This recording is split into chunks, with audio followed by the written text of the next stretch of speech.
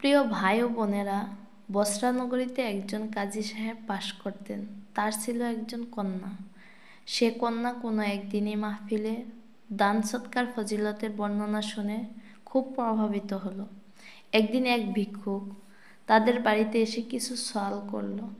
কন্যা বলল, এই মুহূর্তে তো তোমাকে দেওয়ার মতো কোনো কিছু আমার কাছে নেই, তবে আমার মা আমার খোঁপায় দুটি মুক্তা পরিয়ে দিয়েছেন। মুক্তা দুটি তুমি খুলে নিয়ে যাও। কিন্তু কাজীর কন্যার মাথা থেকে নিজ হাতে মুক্তা খুলে নিতে ভিক্ষুক সম্মত হলো না। ভিক্ষুকের সংকোচ ভাব থেকে কন্যা সবার গোপনে পুরো খোঁপাটি কেটে মুক্তা সহ ভিক্ষুককে দান করে দিল। ঘটনাক্রমে পুরো ব্যাপারটি এক কুটনা লোক আড়াল থেকে দেখে ফেলল। সে কাজী সাহেবের কাছে গিয়ে বলল, জনাব, আপনার মেয়ে কি কোনো খোঁজ খবর রাখেন? তিনি গোপনে গোপনে কি করে সব করছেন। কাজী সাহেব অধৈর্য হয়ে বললেন, কি হয়েছে আগে বলো। লোকটি বলল, এক ভিক্ষুকের সাথে তার অনাকাঙ্ক্ষিত সম্পর্ক গড়ে উঠেছে। এই তো সেদিন ভিক্ষুকটি আপনার কন্যার চুলের খোঁপা কেটে নিয়ে গেল। হুজুর, আপনার আদরের কন্যার খোঁপা তো নয়। আমার মনে হলো ভিক্ষুক বেটা আপনার ওই নাক কেটে নিয়ে গেল। নিজের কন্যার সম্পর্কে এরূপ আপত্তিকর কথা শুনে কাজী সাহেব রাগে ফেটে পড়লেন। তখনই কন্যাকে ডেকে এনে রাগান্বিত কণ্ঠে ঘটনার সত্যতা জানতে চাইলেন। কন্যা হতস্তম্ভ হয়ে সবিস্বরে বলল, আল্লাহর আশ্রয় চাই, আপনি এসব কি ভাবছেন? পিতা আরও রাগান্বিত হয়ে বললেন, তুমি যদি সত্যবাদী হও তাহলে তোমার মাথার খোঁপা দেখাও। এবার কন্যা মহাবিপদে পড়ল।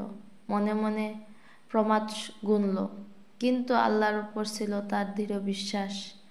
সে বুকে সাহস সঞ্চয় করে বলল, নিশ্চয় আমার খোঁপা দেখাবো, কিন্তু তার আগে আমাকে 2 রাকাত নামাজ পড়ার সুযোগ দিন। পিতা তাকে নামাজ পড়ার সুযোগ দিলেন। কাজী কন্যা নামাজে দাঁড়িয়ে গেল। সিজদায় গিয়ে সে অত্যন্ত বিনয় ও মিনতির সাথে আল্লাহর কাছে দোয়া করল, হে পরওয়ারদিগার, তুমি আমার একমাত্র ভরসা। এই বিপদে তুমি আমার একমাত্র সহায়। তোমার সন্তুষ্টি অর্জনের উদ্দেশ্যে আমি দান করেছিলাম। তুমি দয়ার সাগর। হে প্রভু, আমাকে পিতার সামনে ছোট করো না, লজ্জিত করো না। বান্দার মিনতি ও অসহায়তা আল্লাহর নিকট খুবই পছন্দনীয়।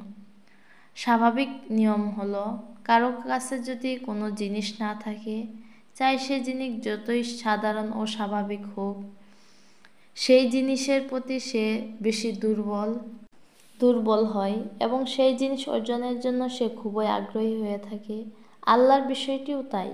আল্লাহর কাছে সব কিছুই রয়েছে, কিন্তু তার কাছে অনুনয় বিনয় ও কাকুতি মিনতি নেই। এ কারণেই বান্দার অনুনয় বিনয় তার খুবই পছন্দ। একজন কবি বলেছেন, হে আল্লাহ, আমি এমন 4টি জিনিস নিয়ে তোমার শাহী দরবারে এসেছি যা তোমার কাছে নেই, আর সেগুলো হলো আমার বিনয়, অসহায়ত্ব, অক্ষমতা ও গুনাহ। কাজী কন্যার এরূপ বিনয় ও অসহায় ভাব আল্লাহর নিকট খুব পছন্দ হলো। আল্লাহ তার দোয়া কবুল করলেন। সে সিজদায় থাকতেই তার মাথায় 10 গোছা বেনি এবং প্রত্যেক বেনিতে একটি করে মূল্যবান মুক্তাযুক্ত একটি সুদৃশ্য খোঁপা এসে তার মাথায় জুড়ে গেল।